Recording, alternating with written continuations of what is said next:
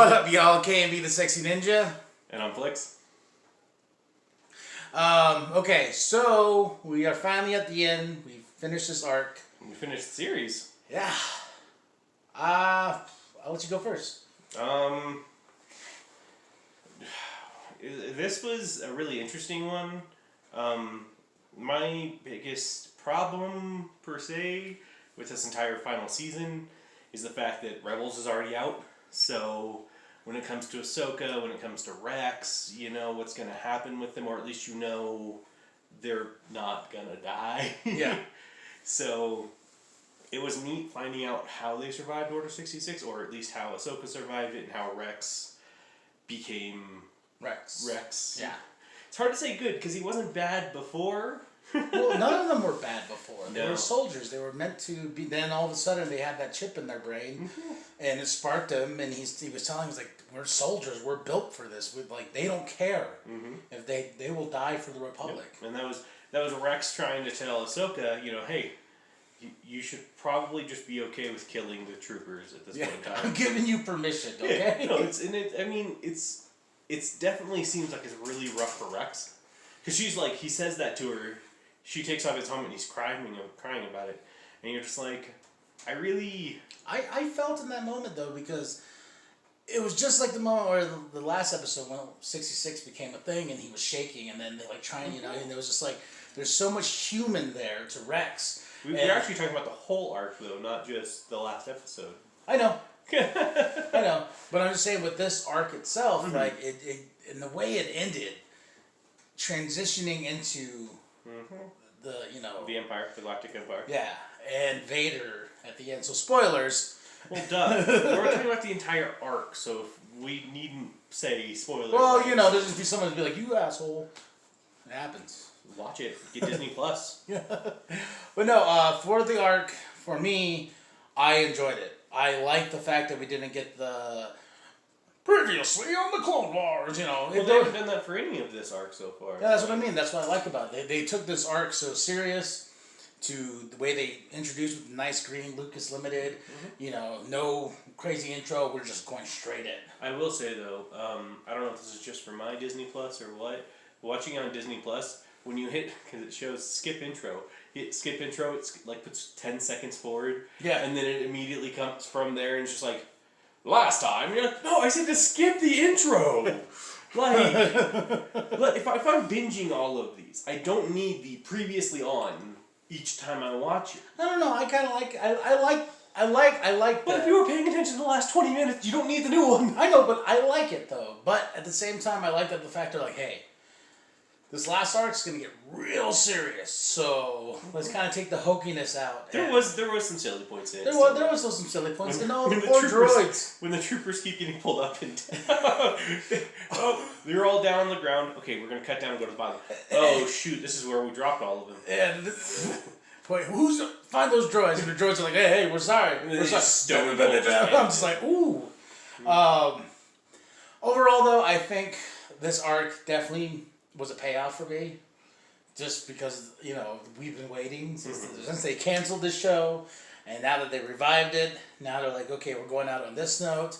I like the fact that, you know, remember I said if Ahsoka met Vader, you said, well, it can't be because of the timeline. I still like we got the fact that he picked up her lightsaber on whatever planet that was. Which was weird. We kind of thought it might have been Jakku, but then all of a sudden it's all covered in ice. So yeah, I was just like, huh? Yeah. This is where it just gets cold. Yeah. It's a giant spaceship falling through the atmosphere that caused the climate to change. No, and I think it was neat that she didn't team up with Maul, but she used Maul, but then it came back to bite her. Yeah. When he tore up that ship, I was just like, oh my goodness. No, and I think it's also in I think the first episode of it, when they're talking about, like, right before Order 66 comes in and she feels everything happening, and they have pretty much just, they take the lines from Revenge of the Sith. Yeah. And you hear, like, Hayden Christensen. You don't hear Samuel L. Jackson, which we talked about yeah. initially. Couldn't afford that clothes. Couldn't afford. He works for Disney. He's taking too much of that Nick Fury money. They're like, all right, talk to Nick. Ask his price. It's a clip from a movie we made, though. You gotta ask Mr. Jackson his price, though. But we all... You gotta ask Mr. Look, Jackson. You think Disney owns everything. If Samuel Jackson owns everything, Disney just rents it from him. No, but like all that part, and then executing Order 66 coming in. I will say this sounds a little weird, but I'm glad they didn't do what they did in Episode 3 where they just show all the troopers like betraying all their people again. Yeah. Because we've seen that. They just show what happens to the specific situation. And it is kind of interesting to me, though, that like Rex was just like, I'm the one that's going to do it. And you're just like, that's not the order. The order is everybody. You see a Jedi, you kill him. Well, that's why you saw him fight it a little bit. And he was just kind of like, ugh. Then he was like, oh, shit. Like, this is real. No, and then there was the first few episodes after we watched them, our kind of question was, Ahsoka's not a Jedi. She has blatantly left the order. Why are they still hunting her down? And they explained it in this one. Yeah. When they explained it, I was like, hey! Sidious put out a specific order for Ahsoka. Or it's like when Ahsoka fell and she's hanging from the droid, and all of a sudden you're like, why don't they just shoot the droid? And like seconds later, shoot the droid! Yeah, no, poor droids in all of this. But, especially because like the first episode, second episode, they're really kind of helpful. Mm-hmm. Third episode, they're instrumental to them surviving. Yeah. And then they just die. And I'm like, but executioner style, just straight up, just like everyone shooting. I'm like, was it necessary for all of you to start shooting at once? Well, it's like what was the in Revenge of the Sith? What was the planet that had all of the plants that they kill the Jedi there and just keep shooting her when she's on the ground? You're like, dude, you more than double tapped. Yeah, but part of me wanted that though. I know we already saw it, but part of me wanted me to see more. If there were more, like, had we learned about a large variety of other Jedi that, or even if they like took this season and even the Ahsoka arc in the underworld, they could have had like episodes where maybe like the Jedi's. We're focusing on Jedis with these different troopers and stuff like that. Mm-hmm. And we could have focused on theirs, so when the Order 66 came, they're like, ooh, there's a little backstory for these guys who got killed, But most, okay, so but here's the thing, and this is why I was kind of happy about it. There haven't really been any Jedi introduced in the series that didn't already have this is what happens to them in Episode 6. Like, even the Council, all the stuff going on with almost all of them. Like, there's maybe one or two you could have shown that, like, oh, this is how they actually died. Which, I mean, deleted scene explains it, actual movie does not. But Shakti. Yeah. Where, like, in what's it called? The deleted scenes of Revenge of the Sith, she gets killed by Grievous. And her saber is added to his collection. You're like, cool, whatever. But in continuity, unless we're counting the video games, the Star Wars, The Force Unleashed, Shakti has no ending at this point in time. Yeah. So that would have been one of them. I'd be like, okay, can we get a definitive what happened to Shakti now? So overall, though, your rating, like as a whole, just to cap the series. Yeah, for the entire arc. To cap the series, I'll give it a 7. Just because it had some really, like, this is one of those, this part of this season specifically, you look at it and you go, there was a lot of love and effort put into this. The music in this one specifically is, like, and not to say the music in the rest of it's bad, but there are points where you feel what's going on. You don't need to, like, be told. You feel, which was funny because when we were watching Episode 3, I think? No. Yeah, I think it was Episode 3 of this one, where there's that just a long, silent no dialogue in it tonight. And I told you, I go, I'm feeling tension inside my soul. Like, and as a Star Wars guy on this, capping the Clone Wars, now that it's over, I definitely want to go back and rewatch this arc again, and Revenge of the Sith. Just because You know what would be the best thing? And I don't know if, it probably wouldn't exist right now at this point in time. But if somebody had made a conglomeration of all of the visual stuff out there, the movies, the animations, stuff like that, that connects everything into one solid stream of continuity, timeline-wise. So like you're in Revenge of the Sith, and you see the part where Anakin kills Mace Windu. At that same time, right after that scene's over, it cuts to Ahsoka on the ship. Man. I would probably hearing that. I would probably cry like a baby. Well, no. But I'm saying like. I know what you're saying, but I'm just like it'd be like 18 hours long. But. And it would have to start with Phantom Menace, so. But I like Phantom Menace, so. You know, one of my favorite things that I would have loved in any of these things is like the death of Jar Jar Binks. Like not out of like haha let's murder him, but like to find out where he dies, so you can just be like rewind, play, rewind. You know where he went, right? Which Jar Jar, like in this Disney canon, he's a street performer in Naboo or something like that.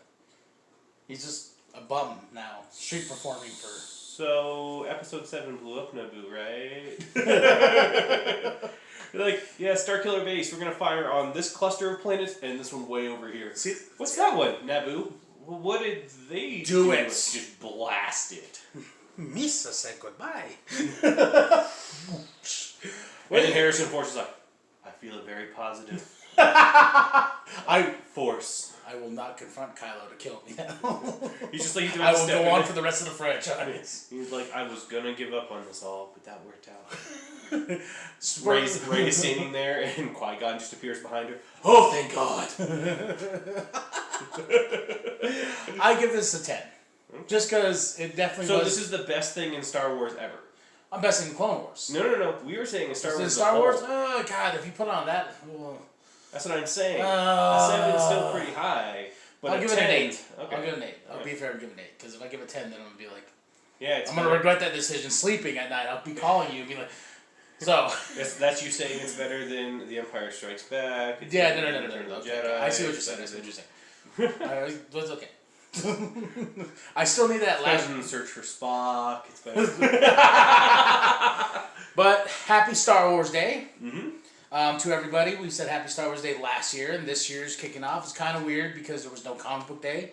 There's no Marvel movie. There you go. So, but we got some news. Taika Waititi.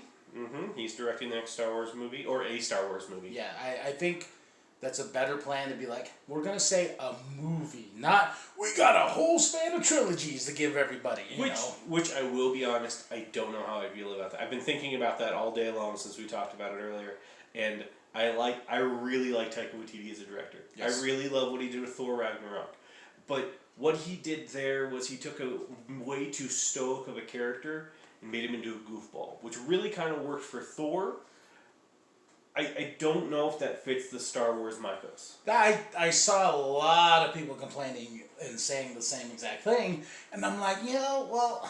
And it's new. No, and I'm not, until I see it, I'm not going to be like, this sucks, I'm not going to go. It's already happening. I know, that's what I'm saying. I'm seeing people, this is so crazy to me, I'm seeing people, when he did the Thor, pass, not my Star Wars, and I'm like, there it comes, my Star Wars. I know. And I've said it before too, like with Last Jedi and stuff like that, but still, it's just like, my goodness, we haven't even seen, like, there's nothing shot yet. He's still writing it. Like, he's part of the writing team too, and you're just like, okay. Yeah, he still has to go do Thor, Love and Thunder. Love and Thunder, yep. And that's, I think if Disney wants to not run Star Wars more into the ground than they have already, what they need to do is... They need to, we've discussed this before, but they need to make a Kevin Feige for the Star Wars universe. They need to have someone who is in charge of the continuity, who is the producer overall. I think Kevin Feige did get Star Wars. I don't care. Honestly. I'm just saying, like, they need to consistently have that, because we're going to bring this up a little bit at Star Wars Day, so we kind of have to. Yes. The Force Awakens, The Last Jedi, and Rise of Skywalker. The Force Awakens, I think, is a good movie. It's a good homage to, The Force Awakens. Yeah, The Force Awakens. Okay. Is a good homage to the original series. And then, I don't hate Rise of Skywalker. Like, we've talked about this. Yes. You love it to death. I don't hate it. It's a fine movie. It's okay. It's got kind of a few problems with Mary Sue situations of Rey just being everything at once. But it's still fine. But then there's The Last Jedi. The problem with The Last Jedi is you've got the episode 7 and episode 9 being directed by J.J. Abrams.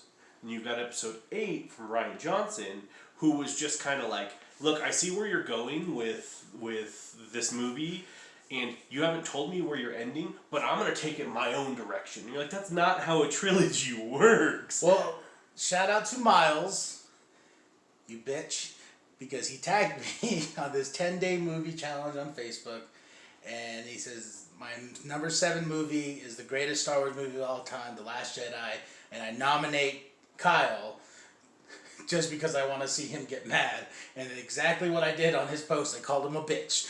Because I was just like, and I don't want to get into Last Jedi. You can check out the podcast yourself I had with Miles, where it's a back and forth of why I think The Last Jedi is crap.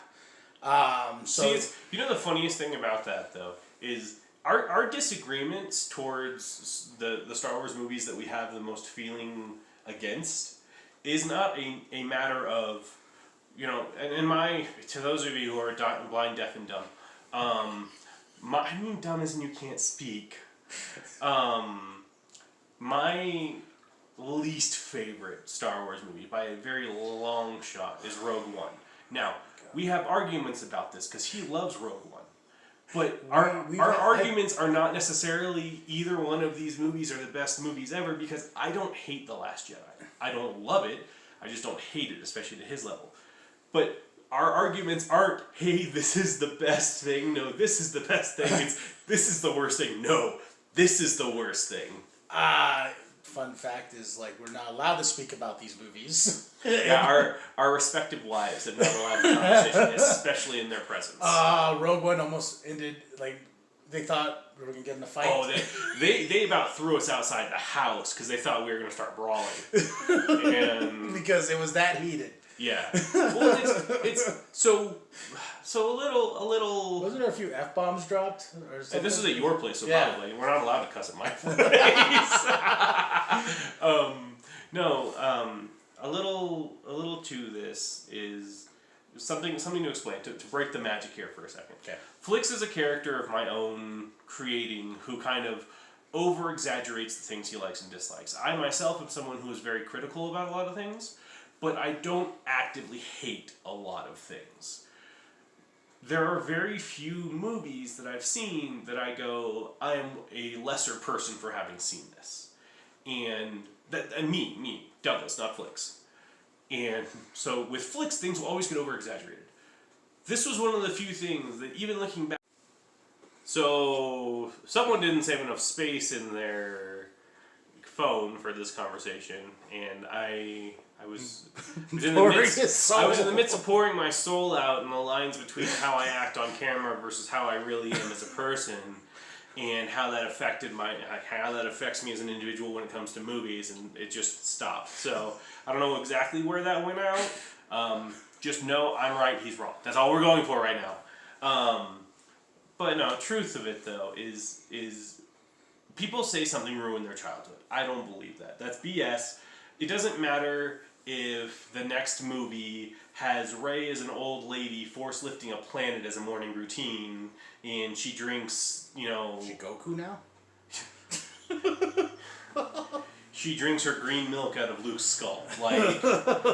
I don't care what they do with that, because the movies we already had, the movies that defined our childhood, aren't changing because new stuff came out. Yeah, I can always go back to Empire. I can always go back to watch Back to the Future. But the cool thing about Star Wars as a celebration with the fans that are so extreme, and it's a little too much sometimes for me to deal with, but it's that there are still connections. Even though we have such a big opposite feeling on what we would qualify as the worst Star Wars movie, we still have a lot of things that we view that we love so much. We talk about episode 1, where we're just like, gosh, that wasn't a great movie. But damn it, if Duel of Fates at the end and Maul versus Obi-Wan and Qui-Gon Jinn isn't one of the best goddamn lightsaber fights in the series. Yeah, and for me, like with Last Jedi, the story's stupid, but there's still great moments, like in the throne scene, that saber battle, like that is like cinematically just like But if you listen to that podcast, I think I make some good points saying, like, to the story aspect, it just did not make sense for a trilogy. No. And it did not ruin my childhood. I'm not signing petitions. I'm not wearing a shirt that says Last Jedi is not canon. It is. Yeah. I have to accept it, and that's it. Move on. Yeah. No, and that's... See, but truthfully, and this will be the last I get into about it, the reason I dislike Rogue One in that regard is because it doesn't need to be canon. It doesn't need to exist. At least Last Jedi, and at least especially Rise of Skywalker, takes a lot of the stuff it learned before and does something different. This was gonna be like... Yeah, I know. Alright, folks! Actually, the best part is... That's why we do this on wheelie chairs. On that note, we're gonna end it before the storage runs out again. I am KMB, the Sexy Ninja. And I'm Flix. Love your outfit. Like and subscribe, share it to grandma, share it to grandpa, share the bone. You know what? This is